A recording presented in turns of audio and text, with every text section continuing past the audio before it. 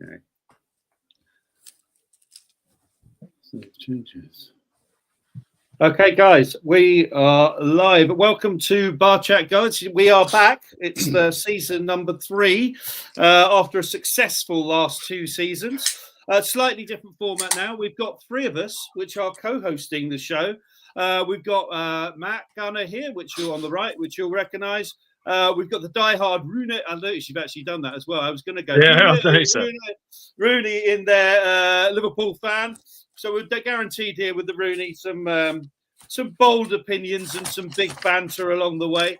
This podcast is not only going to be football. We're talking football tonight, but as we move forward, we've got some things to look forward to. We've got the Six Nations coming up next month. We've got Cheltenham, which we'll all try and get involved with and share some streams on that as well. We are live on Facebook. We are live on Instagram and YouTube. So jump in, please comment. You can comment live and you can get involved in the conversation. Where do we start? Well, I suppose the last time we were on, guys, we were talking England, and since then, your favourite Southgate has gone. So I thought, are we all happy? How do we feel about Thomas Tuchel? Are we happy about that as a starter?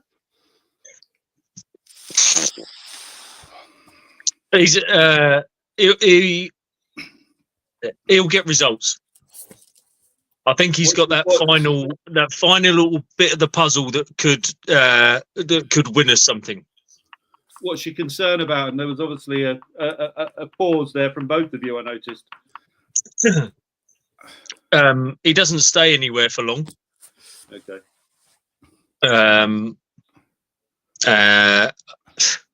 But he does get results, and obviously, I think, and the nationality thing comes. I think the nationality is an issue with a lot of supporters. Oh, what? Because he's German? Yeah. Yeah, I mean, it's a tricky one, isn't it? Rooney, what's your thoughts on that recruitment? I've never warmed to Tuchel, really. And I know a lot of the ad hoc commentary's been around his unwillingness to really forge strong, deep relationships with players. And after a while, that creates dressing room discomfort and disharmony. And it's generally led to him being on his way. So I don't know. Jury's out for me. I think maybe they should have gone in a different direction. But I mean, it's a complete U-turn from where they were going for the last 7 years or whatever it is with Southgate, isn't it?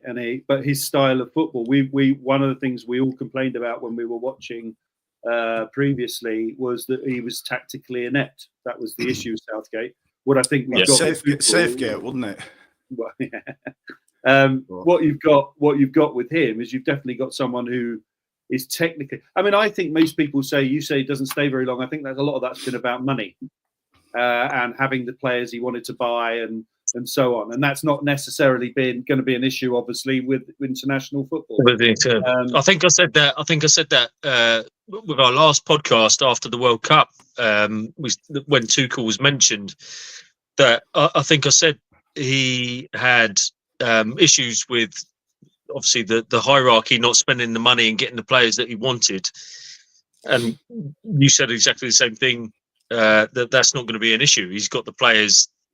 The best players for England there at his disposal.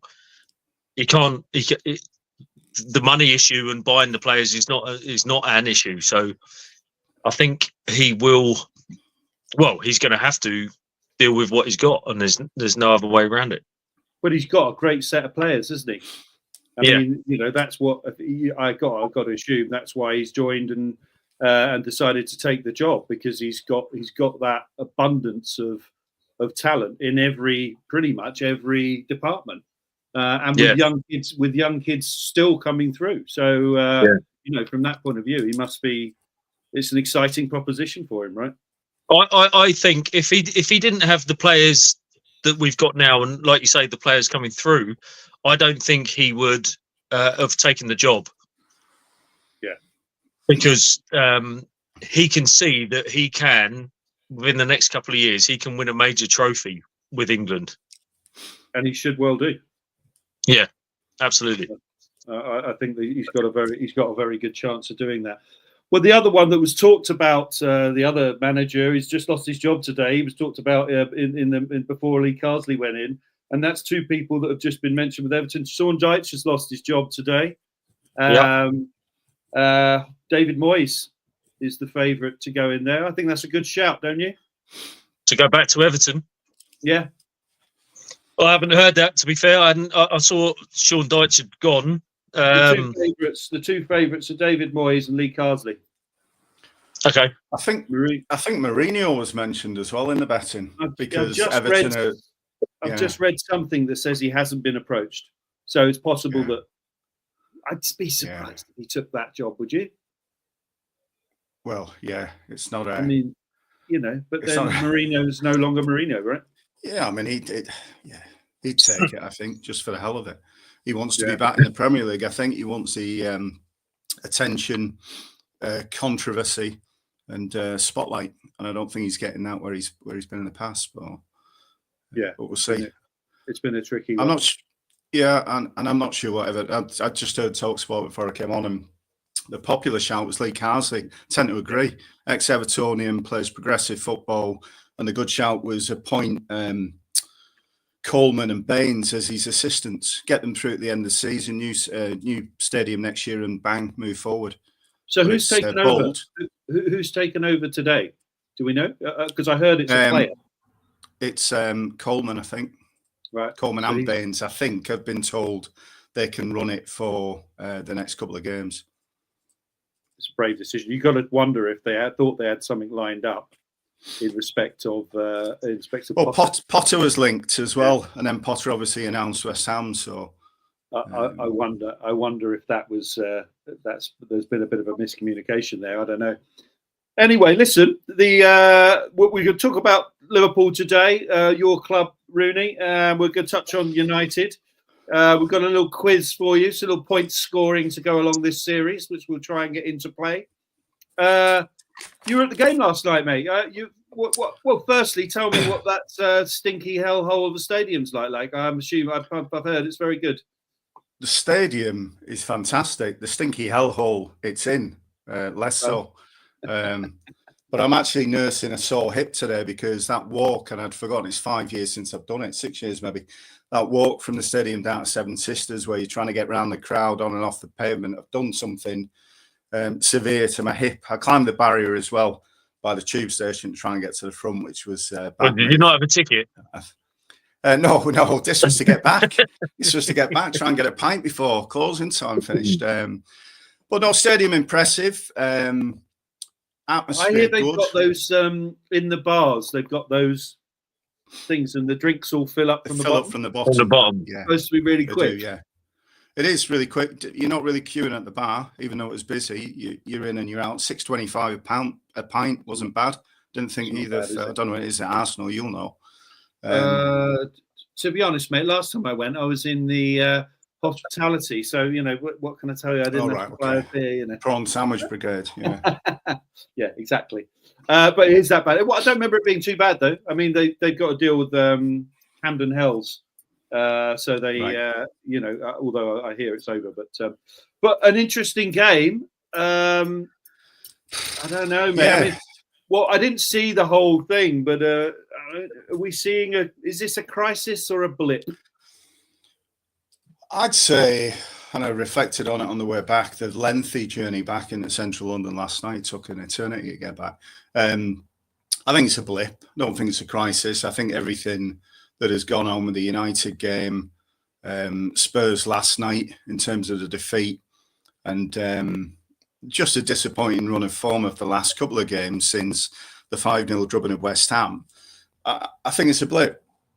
I don't feel... I think we need, and Slot was quick to say it, and there's a bit of me... didn't really like the openness with which he tackled the press conference and basically told every team in the league how to play us, the way United had played us and the way Forest had played us, which is basically hammer long, fast balls in at the corners. And at the minute, fullback-wise, we're not picking them up. Comes on to recruitment and January transfer window and things like Robertson's legs are starting to go a little bit, but people are getting wise to it. Trent's obviously had his shocker against United. He was a bit better for the 15, 20 minutes or so he got last night. But yeah, I think it's a blip. We'll see. Massive game on Tuesday now, huge game at Forest.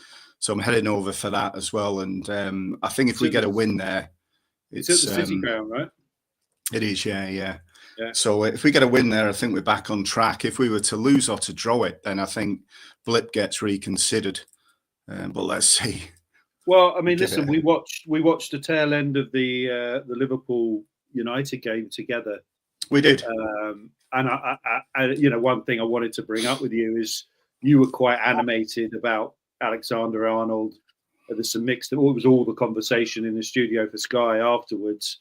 I mean, he just wasn't at the races. I mean, is he just is he lost a bit of form, or do you think everything that's going on is with Real Madrid is affecting him? But he's not on his own, is he? Because you've got Van Dijk, and then it goes all the way through to Salah. I mean, my question for you actually is, what's gone on at Liverpool where they've got arguably their three best players out of contract? It seems remiss. Yeah. Well, it's well known. Whether it was avoidable or not is a different story. But when Klopp put his announcement in, those contracts were ticking down. And I think, to be fair, the players, not unreasonably, they wanted to know who was coming in, what the style was, would they fit. They're each at probably an age in their career for different reasons when they needed to make sure it was right for them. And I have sympathy in that. The timing was unfortunate. I don't think we're getting played specifically. I think there's opportunism for the players for sure. I think 2 out of 3 will almost certainly sign. The one I'd be, when I say worried about, maybe not confident in his strength for many, many reasons. He's made it very clear that he wants to not just win Champions Leagues, Premier Leagues, if you like, Premier Division leagues. He also wants to win the Ballon d'Or. Now, for a fullback to win that is a big ask anyway. And for a fullback that I think it's fair to say he's not the best right fullback going. He's got very, very different attributes, and some of them are not characteristic of a fullback. Some of them are. He's a great player, but I think that in time will lead him probably to move on, and then it becomes that $1 million question: do we take money now, or do we let him go for zero in the summer? They're offering 20 mil, is that right? Allegedly, between 20 and 25 million euros, I think was the figure that that's now because he's only got 6 months, obviously.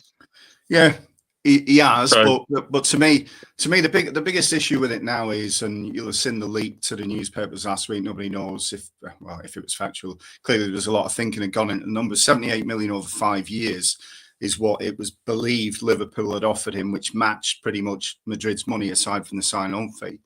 The thing with that is, if you're McAllister and you're playing out your skin week in, week out, and you're on 150, and you get told somebody that's having a bad game now and again is on double, it creates this harmony in the camp. It's going to. And that's my worry, that if that festers for a period of time, it's just naturally going to upset things. Yeah. I mean, I think one of the things that I know you were quite animated about, because I said to you in the bar or at the bar, I said, you can't blame him. He's done a good service. Your argument is he's been there since a kid, but you cannot blame him when Real Madrid comes sniffing around for going. You've got a different view on that, haven't you? You feel like, to be honest, it's not just him. I think the club as well. I think it's just been poorly done from all parties' perspective. 2 years ago, there was noises about him going to Madrid and interest in Madrid. If he'd have said, it's definitely something I want to nail down and do, the club could have almost architected a re-signing, but being open and committing to him that they would sell if Madrid came in for a certain fee. That could have been achieved, and it could have been done behind closed doors without upsetting the team. Where it's come down to now, I think, is a desire to potentially get out with good feeling on all parts, and I just don't think that can be done now. No. It's run too long, and whether we like it or not, not the front page. The main story in the Guardian today was when he apparently walked back to the bench at Tottenham last night. He was, patting the badge and kissing and patting the badge as he took his seat. Whether he's just trying to nullify the rumours. I mean, listen, he loves the club, but you can't blame him. I can't, but I would go. I get it, but I also have sympathy with Carragher's view, and he's right. He would have killed to be a local lad in this capable team. That wasn't the case when him and Gerrard were around. So you're really saying Owen, McManaman, others could have said, we're leaving for Madrid because we want to win things. You can't say that now because we're not won anything this season yet, but we're in a really strong position. So it is a very different position. And when you add the localness and the local ad aspect to it, it makes it even more difficult.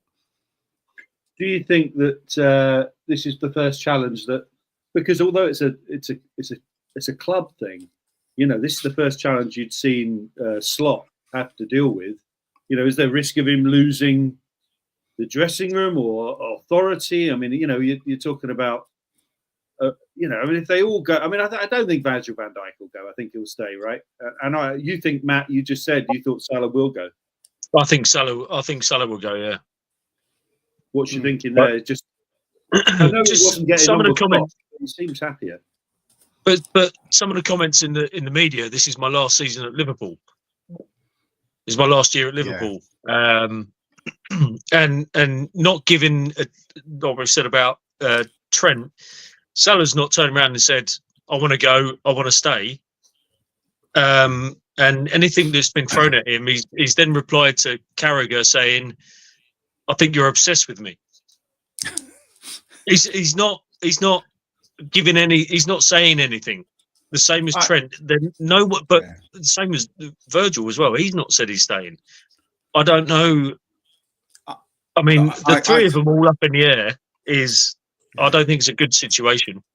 It's not ideal, but to be fair, up until this last week, the results have been good, and that situation has persisted for the last 3 months in terms of negotiation, respect to what the players say.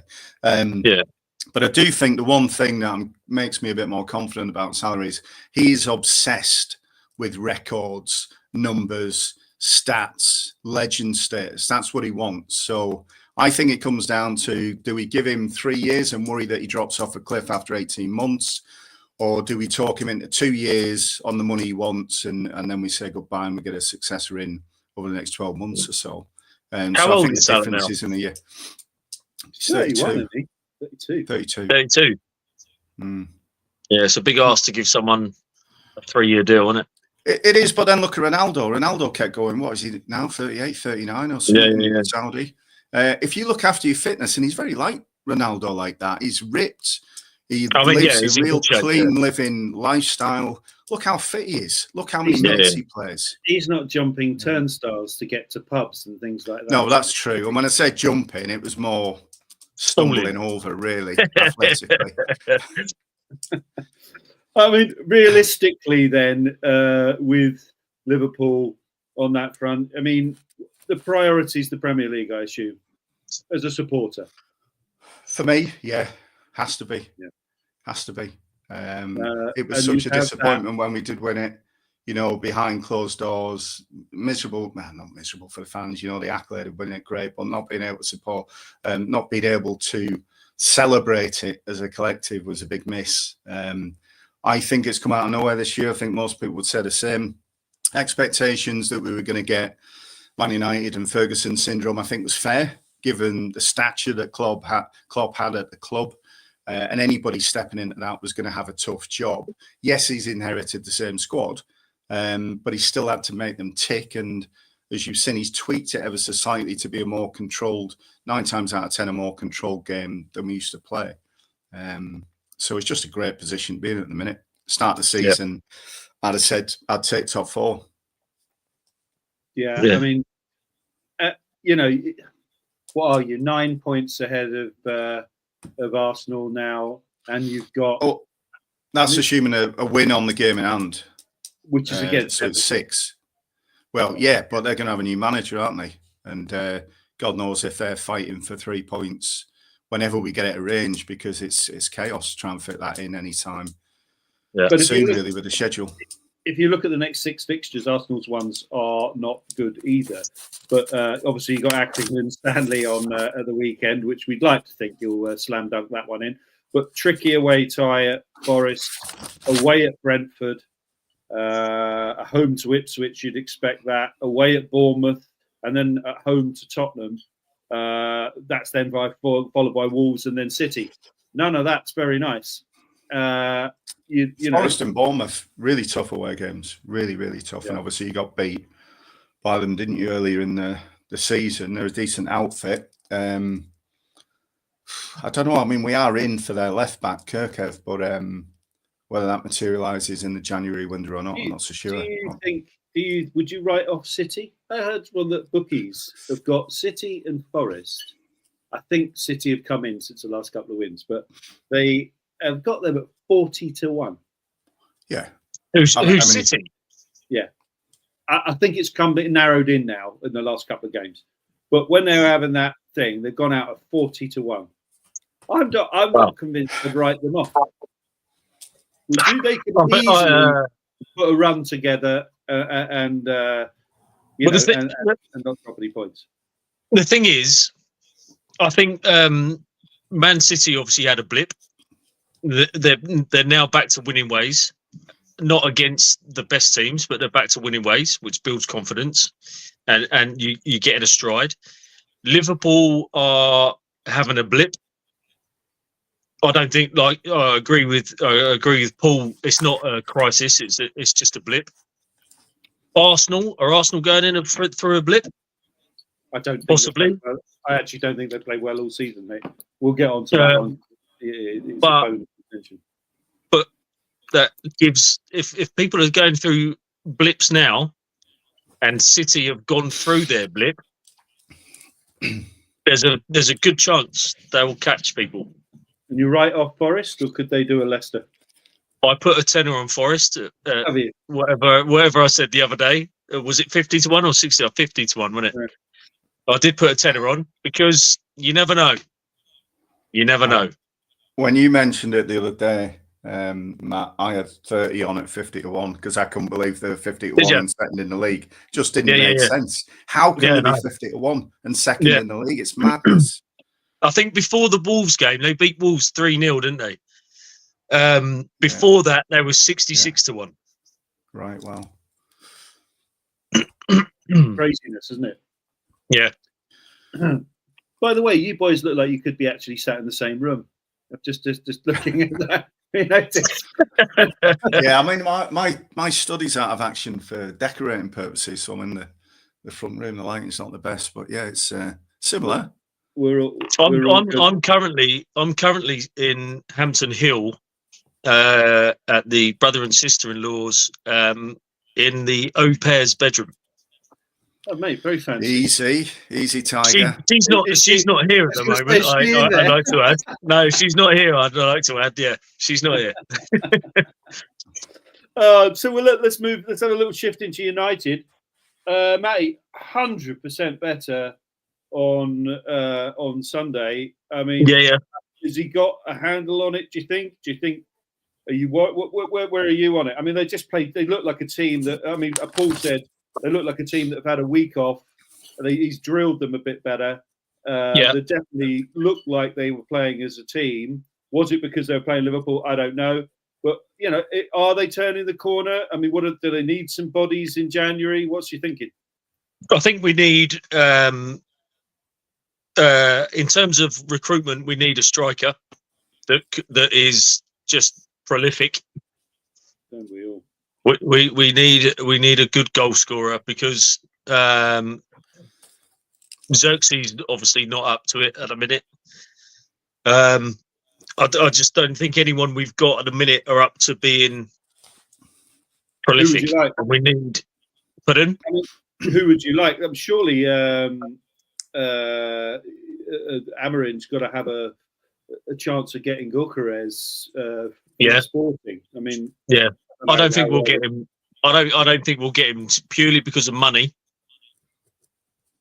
I don't think we'll get him this transfer window. Maybe in the summer differently if we offload to more players. He's How got many? he's got a release clause of 85 million. Yeah, I don't think we can afford that because of the financial fair play. Not in this window. Maybe in the summer, if we loan off Rashford and Anthony with loans with obligations to buy, then maybe in the summer we might be able to do it.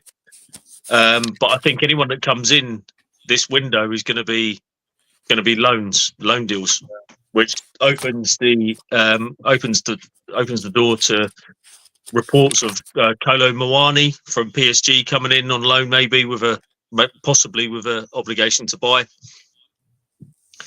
But and in terms of whether we've turned the corner, I think it's been the same old story. My son Ollie always says to me, "What's your prediction? What's your prediction?"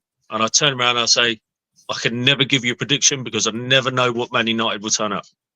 Yeah. And because we've played well in games before, the next game we're absolutely dire. So I don't know. We'll have to see what happens against your mob on Sunday. And if we put in that same performance, then yes, possibly we've turned the corner. But it's an open book that we need to start a new chapter and see what happens. It's funny though, because you can make some parallels with United and with Tottenham. I mean, United, I think is the number like £1 billion they've spent on the team in the last, I don't know what it is, 7 years or something around. Yeah, and you could arguably look at that team and go, I mean, I think Arsenal have got a 3-4 player problem. I don't know once you've got that team whether the goalkeeper I think is a complete waste of money. I don't know if you share if you share that view. The defence pretty much needs replacing. I don't know who in midfield. What's his name? Ugarte. Kobe, Kobe Mainu. I mean, he's on 20 grand a week, isn't he? And still, and he's asked for 200, and they're balking at it. Well, I think he's up for sale, haven't they? They've said they're open to offers for him. So reportedly they've said that every squad member is up for sale. I don't think he'll go. Yeah. I've read something from him that he's apparently said that he's happy, he's under no pressure, and he's been treated well, and he's looking forward to the future. So I don't think he will be sold.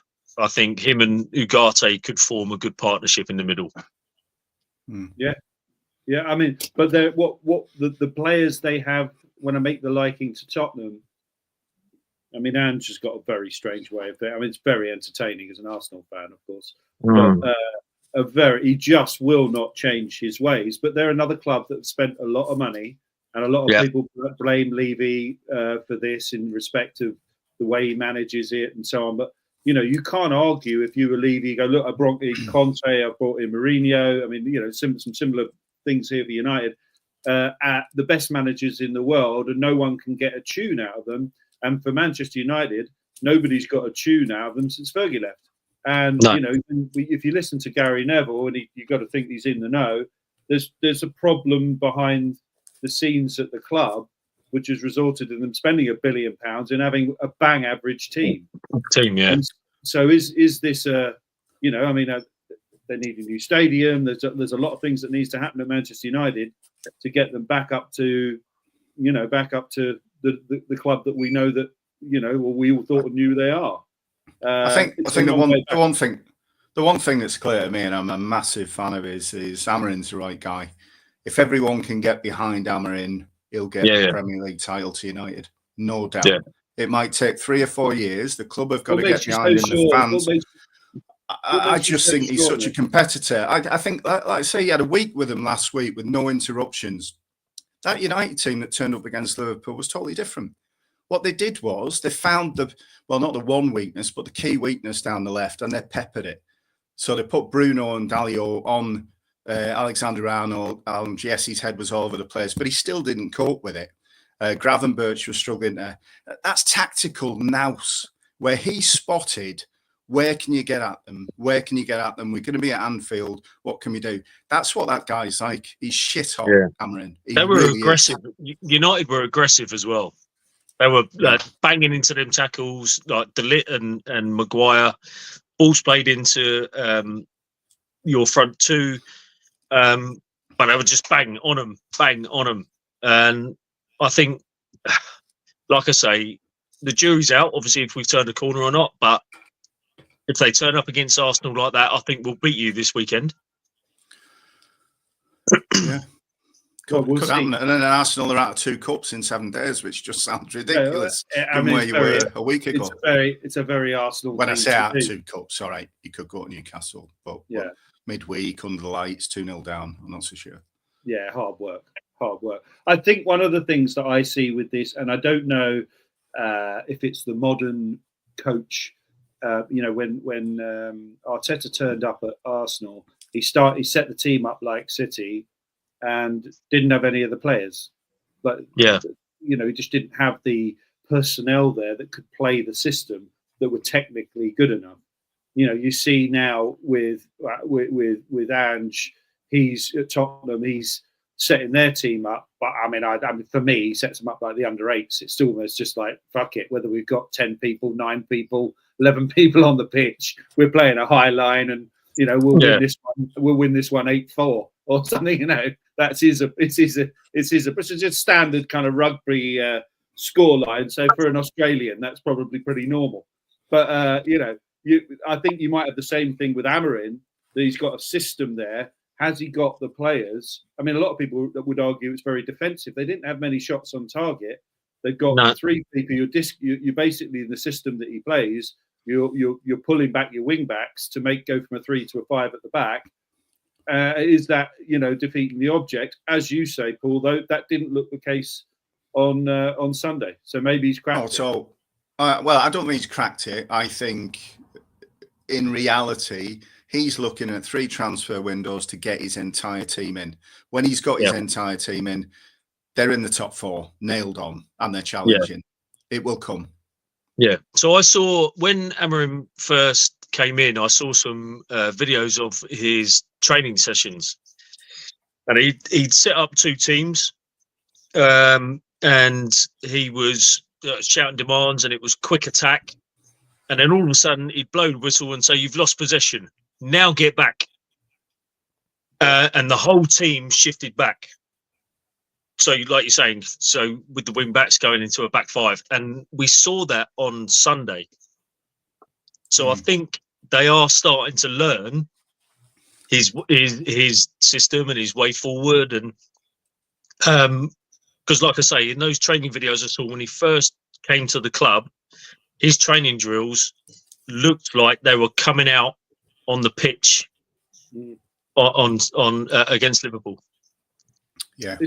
It's funny, isn't it, though? I mean, we're all struggling, not so much Liverpool. Liverpool seem to have 6 players that can play up front. But in world football, you're seeing that there is a serious lack of strikers that are about. I mean, strangely enough, talking of the United game on Sunday, I mean, that ball in the last minute, you wanted to go to anyone other than Harry Maguire.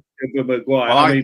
I wanted it to go Maguire, and I could see your eyes light up as the ball came across. I just thought anyone but him. I mean, it was a terrible pass, wasn't it? I mean, he banged it into the ground where he only needed a little side foot across and so on and so forth. But I mean, you could have robbed it. You could have against all odds could have won that game.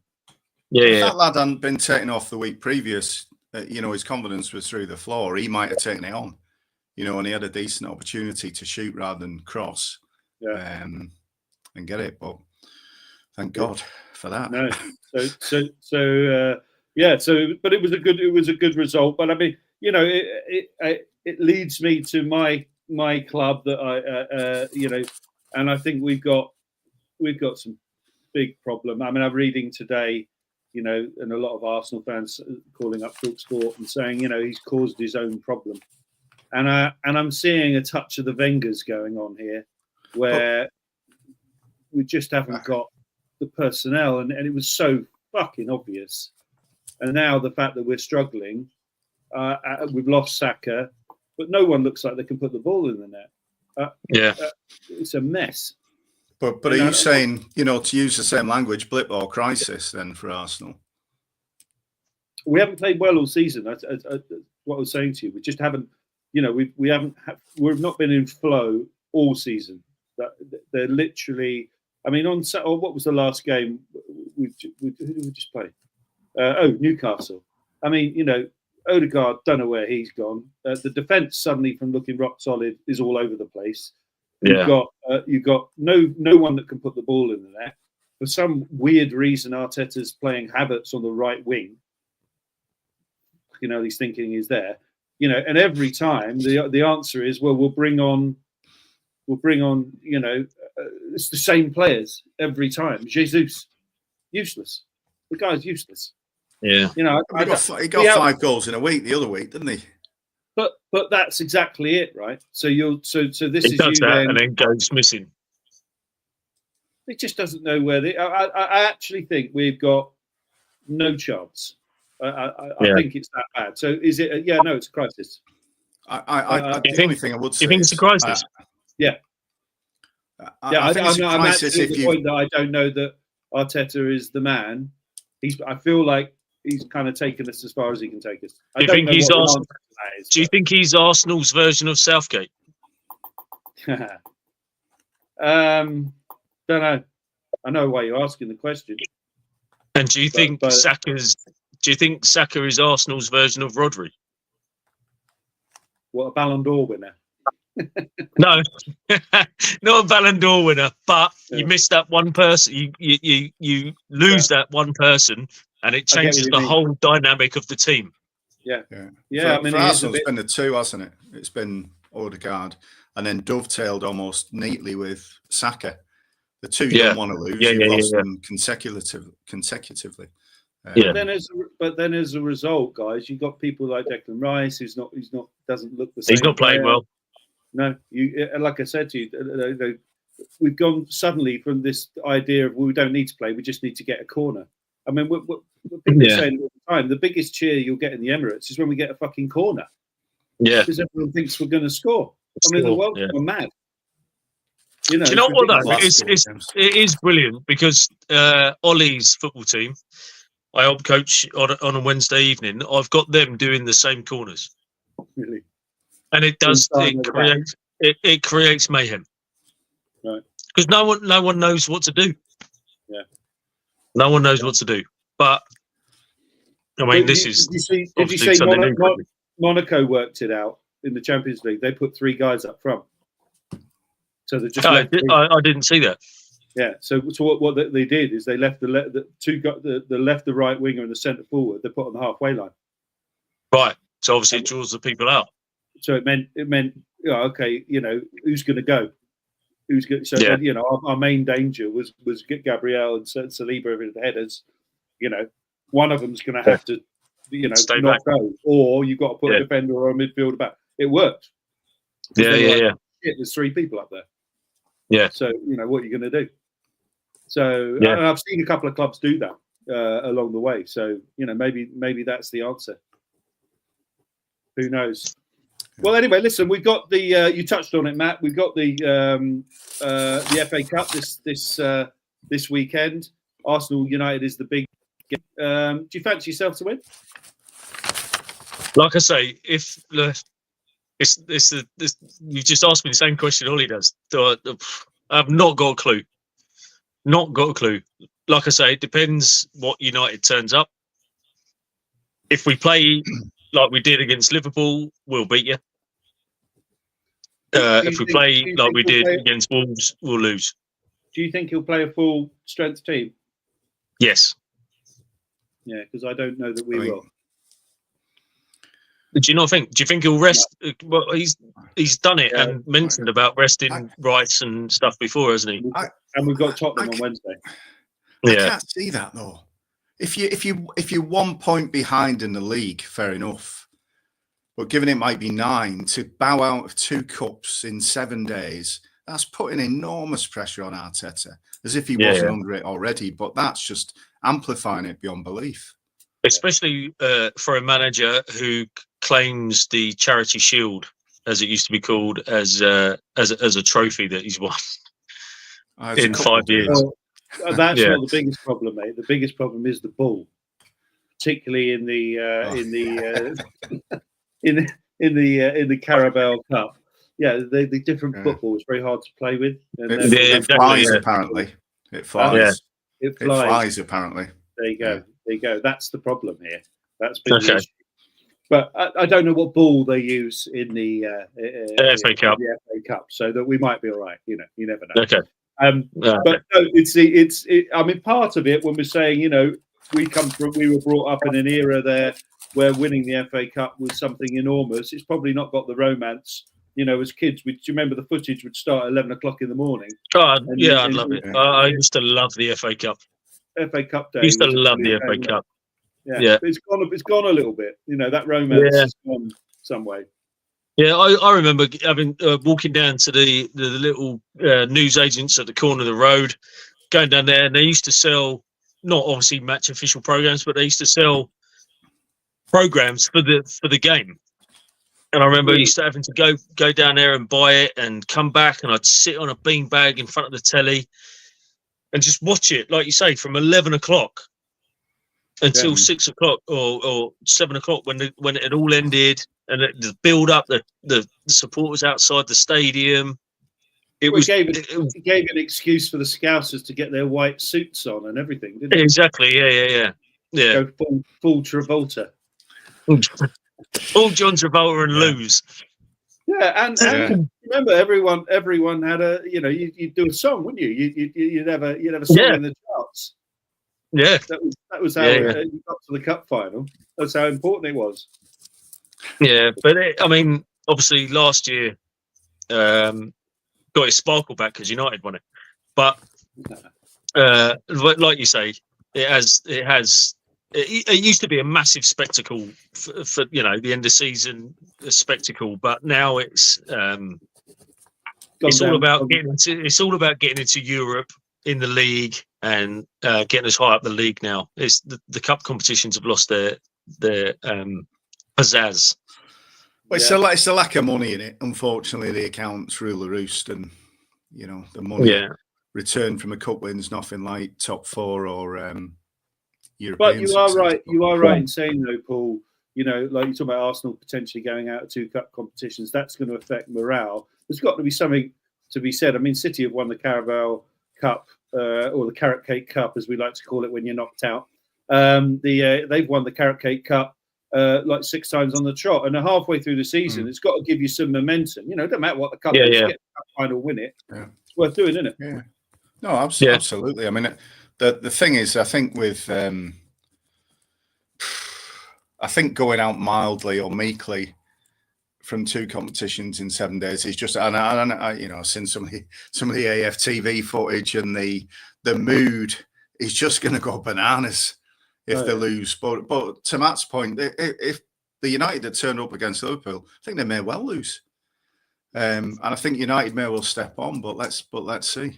We'll see.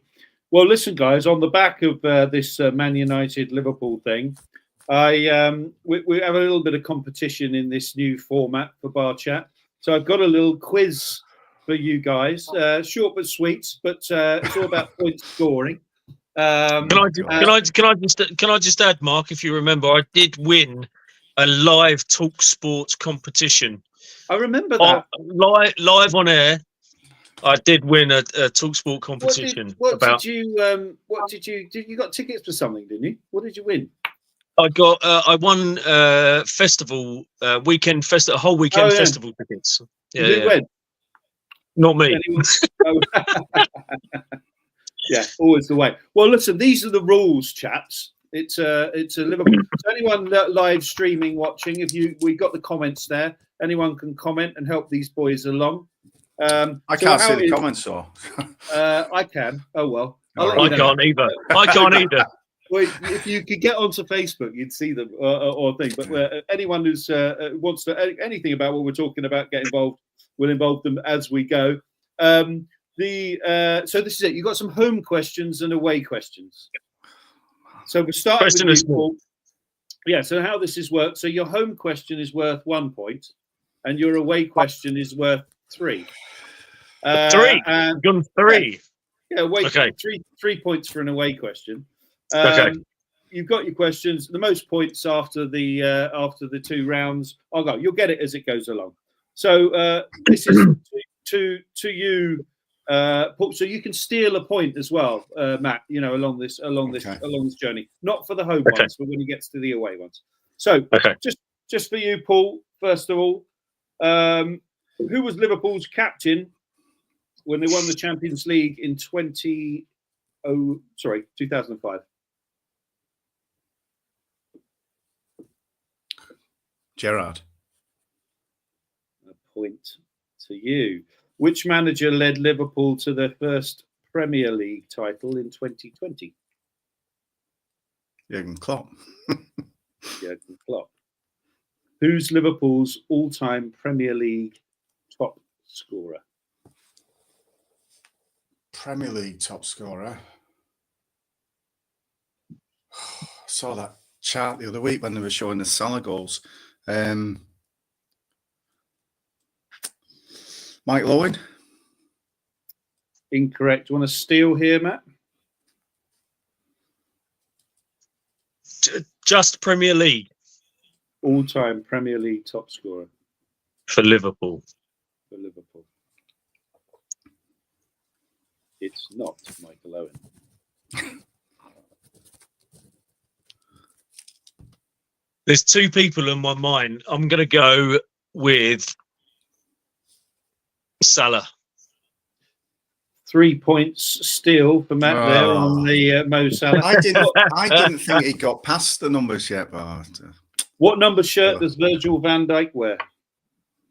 4. Number 4. Correct. Liverpool Stadium is famous for which iconic song sung by the fans? Easy one. Really? You'll never walk alone. You've got it. Away questions. So these are questions on Manchester United for you, Paul. Okay. Which Man United goalkeeper famously saved a crucial penalty against Arsenal in the 2005 FA Cup final?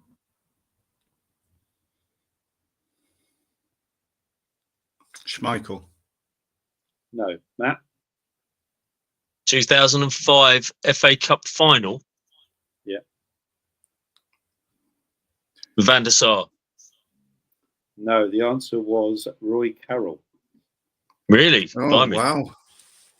I remember Roy Carroll. Was it Roy Carroll picked the ball out of the net when Spurs had put it over the line by about 5 yards? From the halfway line. From the halfway line, yeah. Well, Naeem, wasn't it? Naeem from the halfway line. Yeah. Okay. Who scored Manchester United's? This is Paul. This is your away question. Yeah. Who scored Manchester United's winning goal in the 1999 Champions League final? Ole Gunnar Solskjaer. 3 points for that one. Who was Manchester United's top scorer in the 2012-2013 Premier League winning season?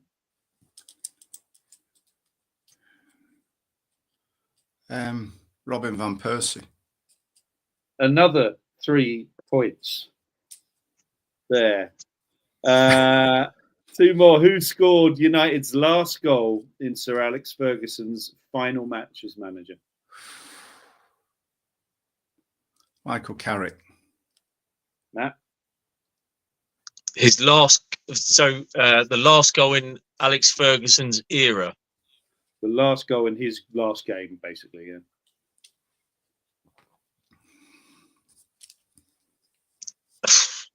Blimey. I think you've got me here. Ryan Giggs. Oh, Ryan Giggs. No, it's Javier Hernandez. Nah. So, final away question for you, Paul, is which player did Manchester United sign from Tottenham in 2008 for 30.75 million? Dimitar Berbatov. My God, he's got another 3. How did he pull that one out the bag? Okay. That's a good round. That's a good round, Paul. Well done. Yeah. So on that one, it's the end of that round. 13 points, plays 3. So you stole 3 there, Matt. So Rooney, you just got to, do better than that. Yeah. Who was Manchester United? These are your home questions, Matt. Who was Manchester United's captain during their famous 1999 treble-winning season? Roy Keane. For a point. Which manager replaced Alex Ferguson in 2013? David Moyes. For a point. Who is Manchester United's all-time Premier League top scorer? Wayne Rooney. For a point. That was the question you got on Talk Sport, wasn't it? That was one of the questions. Yeah. Yeah. What number shirt does Bruno Fernandes wear? Number 8. For a point.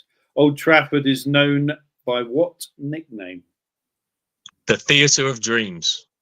For a point. So we're at 8 points, plays 13. This is it. This is your chance. So who scored? This is Liverpool questions for you, Matt.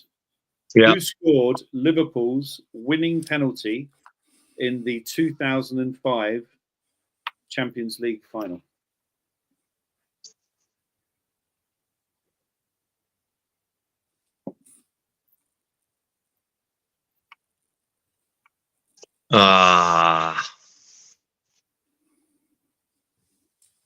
Complete guess. Patrick Berger. No. For a steal? I think it was Xabi Alonso. It wasn't Alonso. It was Vladimir Smicer. Oh, Smitzer, right? Okay. Yeah. Number 2. I was there. Wait. we were a little bit. We've been on it for 3 days, so a little bit worse for wear. So away question again, Matt. Sorry.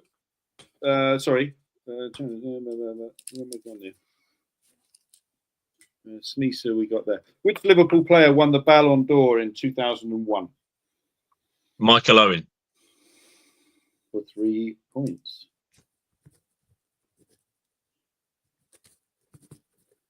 (13 plays 11 currently. Who scored Liverpool's first league goal of the Klopp era? First goal of the Klopp era. Salah. Over to you, Paul, for a steal.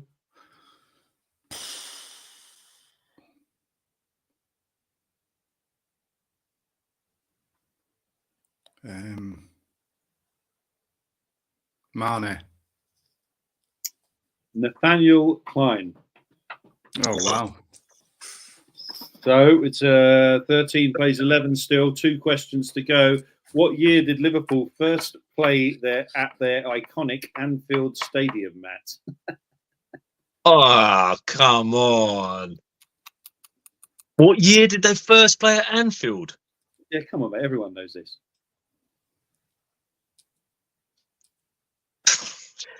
1892. Fuck off. 1892 is the correct Is it? answer. If you didn't have your phone with you, I would actually sit here and go, you've had to have Googled it. 1892 to go 1 point ahead. Is Ollie shouting in the background by any chance? I'm not here. I'm in the open air. Of course you are. Yeah, of course you are. How could I forget?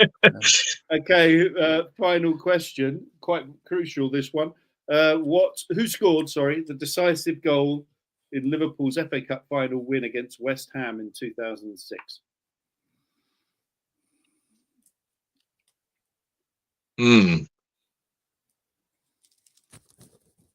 Decisive goal against West Ham. Gerrard. Correct.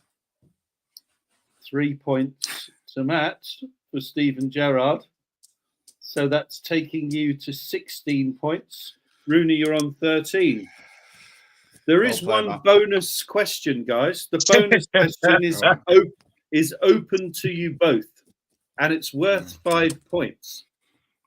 So Rooney, Rooney, if you get this, you win. Matt, you're 3 points ahead as it is. So, which player has scored? Hang on. Sorry. Is this a buzz in or? Or is this just a question to Paul? It's open to both of you. Is it a buzz-in? Yeah, I suppose it has to be some sort of hand-up thing, I suppose, doesn't it? Okay. Which player has scored the most goals in the Liverpool versus Manchester United matches in the Premier League era? Which player has scored the most goals in Liverpool versus Manchester United matches in the Premier League era?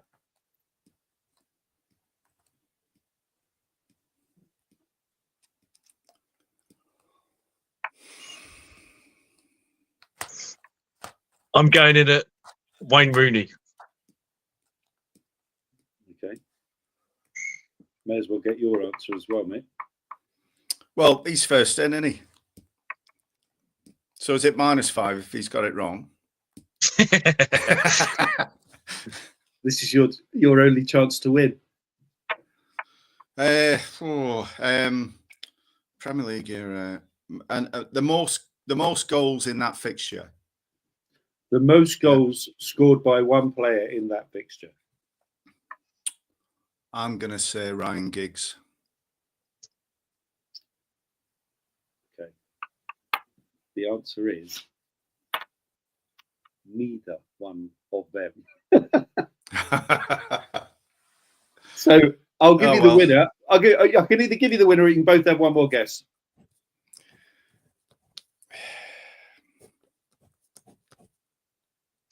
David Beckham. Oh. Okay, I'm going completely different. I'm going to say Robbie Fowler. You're both wrong again. The player that scored the most, the player that scored the most goals in the Liverpool Manchester United matches, you're going to kick yourself, is Steven Gerrard. Really? Steven Gerrard. Right. So there we go, guys. So first blood. First blood to you, mate. 16 points. Place it. How you got the 1892? I don't know either. If you hadn't have got that, would you have guessed anything like that, Rooney? Do you have a clue? Oh, what I'd written down was 1894. Really? If it had come to me, so I'd have been wrong anyway. Is it on the badge? Is it not on the badge? I'm trying to think. You've got some weird sixth sense. Yeah. I mean, it's obviously come from somewhere. Yeah, it's got to. The au pair's not Liverpool supporter, is she? No, she's American. She's not into soccer. She's lying in the bed. She's lying on the bed with a Liverpool shirt on. just to there's no one here. Excellent, chaps. Well, listen, it's been a good first one to get back with. We'll be doing a weekly, and we'll have a guest with us every week. I appreciate all you've done. It's a good little competition, that one. I think we'll carry on with these things. I'm looking forward to doing something on the Six Nations and mostly Cheltenham. I think that'll be good. Everyone's going to have a little flutter at Cheltenham. What about maybe a bit of Premier League darts as well? Premier League darts. You're a bit of a dart. You're a bit of a darts. Well, you thought you were until you went and played whoever it was that stomped you the other week. But he plays a bit about. He plays a bit in the darts league, Matt. Right, tearing it up. I like me darts. Yeah, definitely, mate. Whatever we can do, guys, we'll definitely do it. But good cool stuff. Thank you very much, lads, and everyone, and we will be back again next week after the weekend, hopefully with Man United out and Arsenal win. and Mark, you need to get yourself down Easy Breeze for a pint. Absolutely. Thank you. Our sponsors. Don't miss out the advertising. Yeah. Cheers, guys. All right. Cheers, mate. Cheers, thank you. Bye-bye. Take care. Thanks. Bye.